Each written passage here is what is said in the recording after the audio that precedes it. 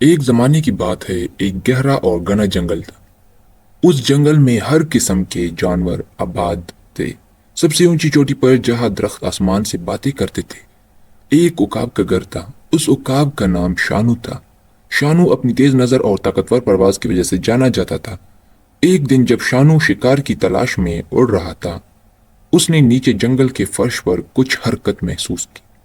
اس کی تیز نظریں فوراً وہاں مرکوز ہو گئی۔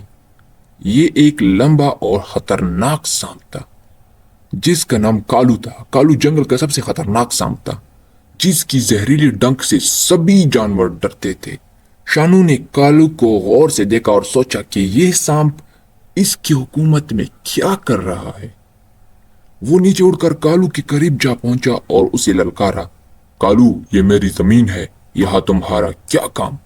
کالو نے شانو کی طرف دیکھا اور ہنس کر بولا، ہاں شانو، جنگل کی ہر چیز پر صرف تمہارا حق نہیں ہے، میں بھی یہاں کا حصہ ہوں۔ شانو اور کالو کے درمیان بحث تیز ہو گئی۔ شانو نے غصے سے کہا، اگر تم یہاں رہو گے تو میں تمہیں نہیں چھوڑوں گا۔ کالو نے اپنی زہریلی زبان نکال کر کہا، اور اگر میں تمہیں کاٹ لوں تو؟ یہ سن کر شانو کالو پر حملہ کرنے کا فیصلہ کیا۔ اس نے اپنے تیز پنجوں سے کالو کو پکڑنے کی کوشش کی، مگر کالو نے تیزی سے حرکت کی اور شانو کے حملے سے بچ نکلا۔ دونوں ایک دوسرے کی حرکتوں کا جائزہ لے رہے تھے، جیسے شطرنج کے کھلاڑی اپنے مہرے چلاتے ہیں۔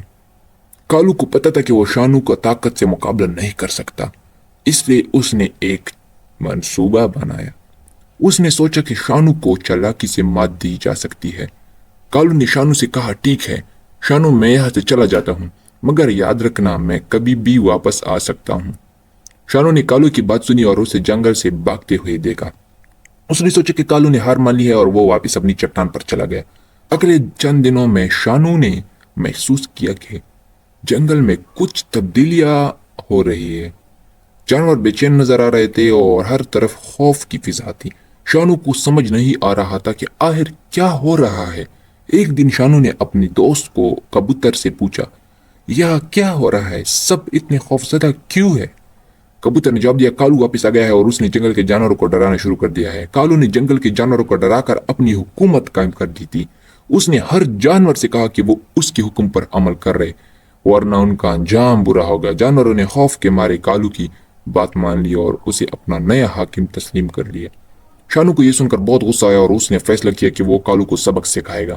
شانو نے اپنے دوست کو کبوتر اور دیگر عقابوں کے ساتھ مل کر ایک حکمت عملی بنائی۔ اس نے کہا، ہمیں کالو کو چالاکی سے مات دینی ہوگی، ہم اس پر سیدھا حملہ نہیں کر سکتے، ہمیں اس کی کمزوری تلاش کرنی ہوگی۔ کبوتروں نے بتایا کہ کالو صرف رات کو شکار کے لیے نکلتا ہے۔ شانو نے اپنی حکمت عملی مطابق رات کا انتظار کیا۔ جب کالو شکار کے لیے نکلا تو شانو نے اپنے دوستوں کے ساتھ اس کی غار کو گھیر لیا۔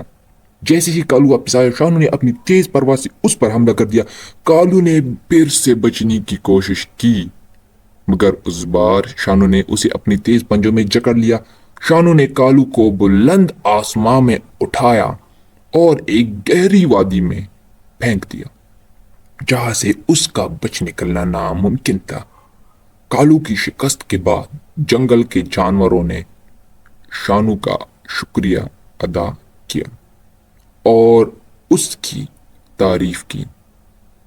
شانو نے انہیں یقین دلایا کہ وہ ہمیشہ ان کی حفاظت کرے گا اور کوئی بھی خطرہ جنگل کی سکونت کو نقصان نہیں پہنچا سکے گا۔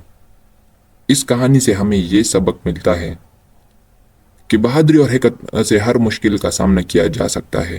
شانو کی کہانی ہمیں یہ بھی سکھاتی ہے کہ اگر ہم متحد ہو کر کام کرے تو کوئی بھی دشمن ہمیں شکست نہیں دے سکتا۔ تو کیسی لگی آپ کو یہ کہانی؟